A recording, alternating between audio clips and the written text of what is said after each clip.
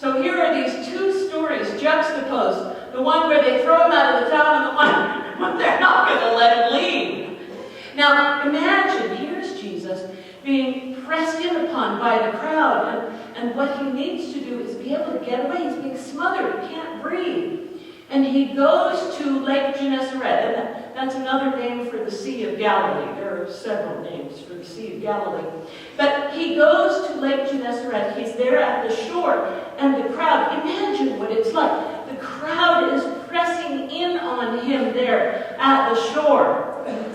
Can you imagine? Can you just feel it? I can feel it.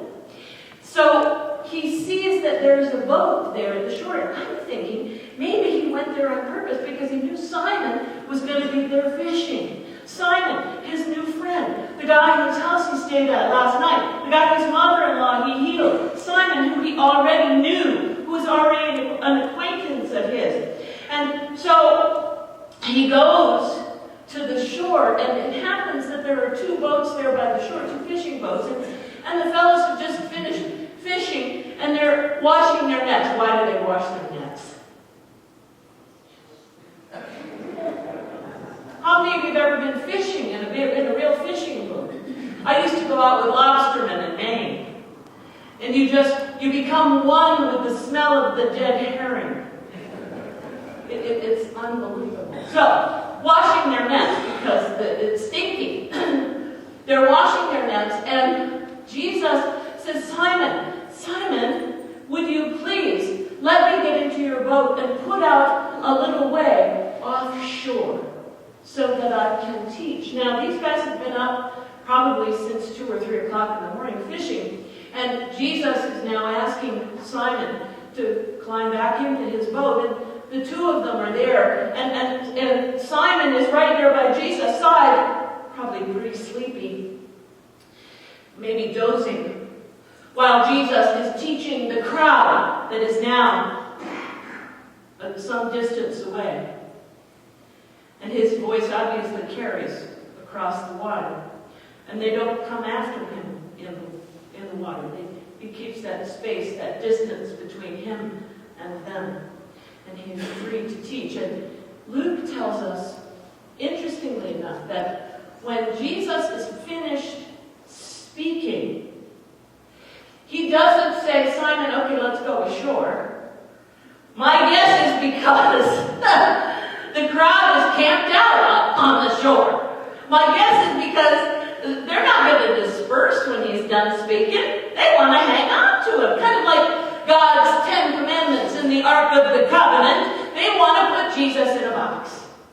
They want to keep him for themselves. And so Jesus turns to Simon and says, Simon, would you put up? Let's go out into the deep water. Let's go out there. Let's you and I do some fishing. Now, God bless him, Simon, perhaps in a bit of a patronizing way, turns to Jesus and says, we've been at this all night. We haven't caught a thing. Jesus says, he actually has no response. Jesus doesn't say anything, but when Peter says that, Peter says, we were out all night, we didn't catch anything, and Jesus doesn't say anything. So Simon says, okay, well, nevertheless, since you've said so, I'll go. So he goes out into the deep water, and the two men, because Luke doesn't tell us that there are a bunch of other men with him, the two men are there and put the nets down into the water. And this is a sudden, overwhelming thing that occurs. A sudden and overwhelming thing. That the nets were placed into the water, and suddenly, overwhelmingly, they were so full of fish that the nets were going to break. The nets were going to break. We're talking abundance. And Simon signals to his partners, who were probably sitting on the shore, have been scratching their heads going, what the heck is Simon doing with that guy? What's he doing out there in the water? What are they doing out there? And this frantic signal comes from the deep water in the Sea of Galilee, with Simon waving his hands to his partners who leap into the boat and come out to join them. And they start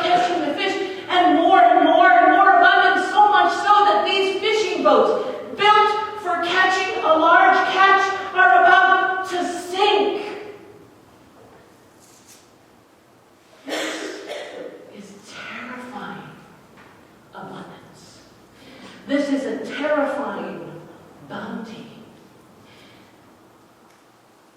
When Peter sees what has happened, he's already been witness to a miracle in the synagogue. He's already been witness to the healing of his mother-in-law. Now he is witness to a miracle that has been given to him.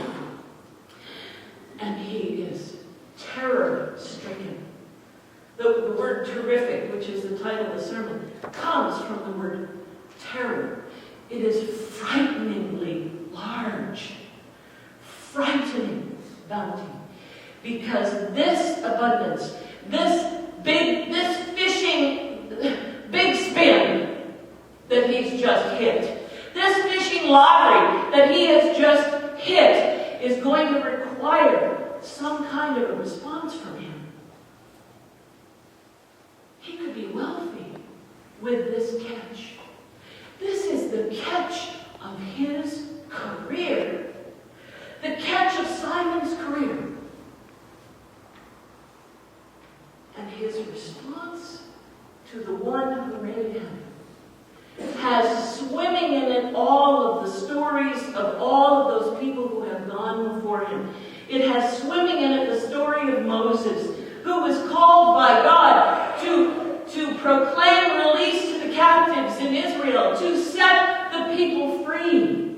It recalls the story of Abraham, who was told by God, okay, time to pack up and move, because I'm going to send you to a place where I'll show you when you get there. And Simon says, oh my goodness, this